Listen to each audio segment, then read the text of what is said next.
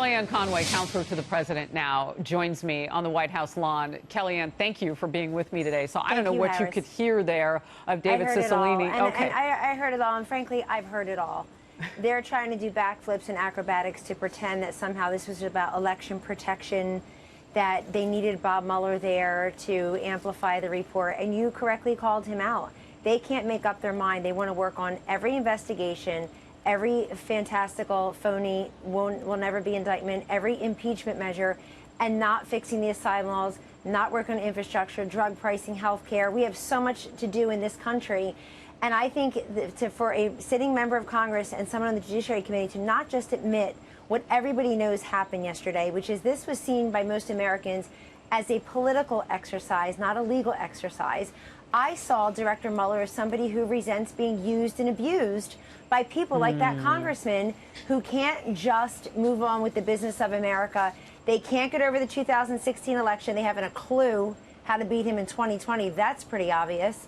And when they're not losing impeachment resolutions 323 to 95 last week, they're stirring up trouble with Bob Mueller. Hey, Harris, we've seen the polling. Very few Americans actually admit to having read the Mueller report, and today we know that that includes Bob Mueller. He also didn't read the Mueller report. You know, there were some points of fact when it came to how much he was present, and he gave those to us. So not all of this is, you know, everybody kind of looking at it and seeing what they see. When he said he did not participate in many or most of those 500 interviews on a report that has his name on it, that is something that journalists really need to press in on. However, we were also focused in on a couple of other things, and that was that this had a mock trial-like rehearsal.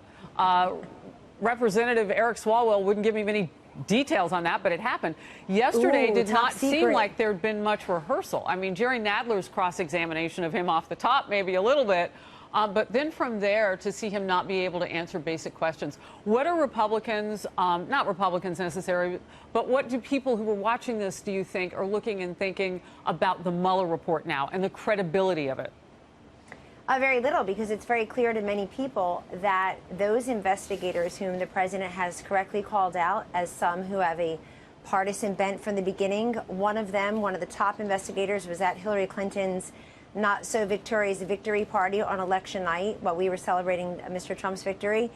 And that's more important now, in my view, because I think some of those folks are using Bob Mueller to imbue this investigation and the ultimate report with his credibility and legitimacy, and he wasn't having any of it yesterday. So while we're investigating the investigators, while America has a right to know how this all got started in the first place, Strzok and Page and McCabe and the rest of them, we also should know about the process behind the scenes of the Mueller investigation, because remember, Harris, we were all told on this network and others, we were all led to believe that Mueller works in quiet. He's not a camera hog. He's not going to speak for the cameras. It's all top secret. But we know that he's going to come out with an indictment and an impeachment referral. It turns out maybe he was working in secret because others were working secretively and furtively with him there in the front. We saw that yesterday. There are some questions about how engaged he really was. Eric Swalwell went from 0% in the polls, had to drop out of the phony, funny presidential race, to being on both committees. And I'll tell you, when they were doing their mock hearing, I took my son to see the Rolling Stones in Philadelphia. That's how I prepared for Mueller, because what is there to prepare? I'm going to jump in. We knew he wasn't going to indict the president. And I want to get to one of the members of the four progressive congresswomen who have been called the Squad, taking fresh aim at the president. Congresswoman Ilhan Omar wrote in a New York Times op-ed, "The president of the United States is using the influence of our highest office to mount racist attacks on communities across the land. It is not enough to condemn Mr. Trump's racism. We must affirmatively confront racist policies," end quote. That's Omar. All this as a new Fox poll shows a huge partisan divide when it comes to whether the president's tweets about the Squad have crossed the line. And 33% of Republicans surveyed felt that he had crossed the line. Your comments on all of it?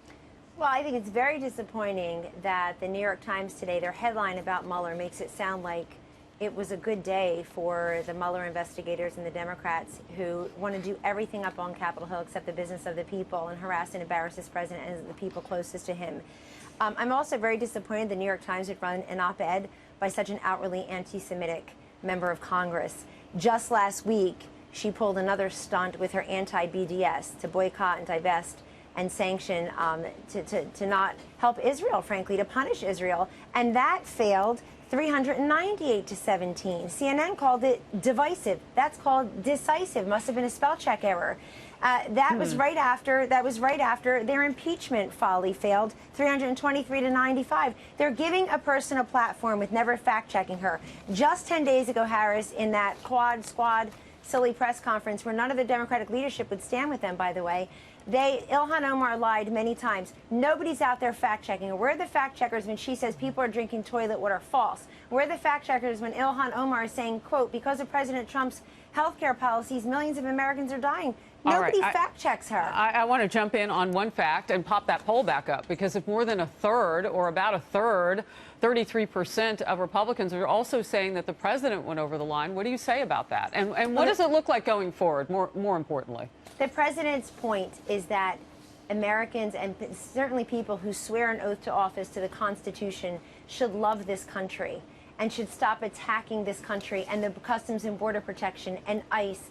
These 4 women in the so-called Quad Squad, they voted against humanitarian aid. They voted against the Democratic package. They're the only 4 Democrats to vote against any form of humanitarian aid. That is not just frustrating, that is outrageous. They voted against the $4.6 billion aid that our Customs and Border Protection say is already helping those kids and families. They've lost complete moral authority to talk about that issue now. I get that, but 33% of Republicans against something that the president does is a big number. I want to move on. Well, they may not like the tweet, but they love the fact that this president is presiding over the greatest economy, that he stands up for the flag, the military, the veterans. I just was with him as they were swearing in the new Secretary of Defense.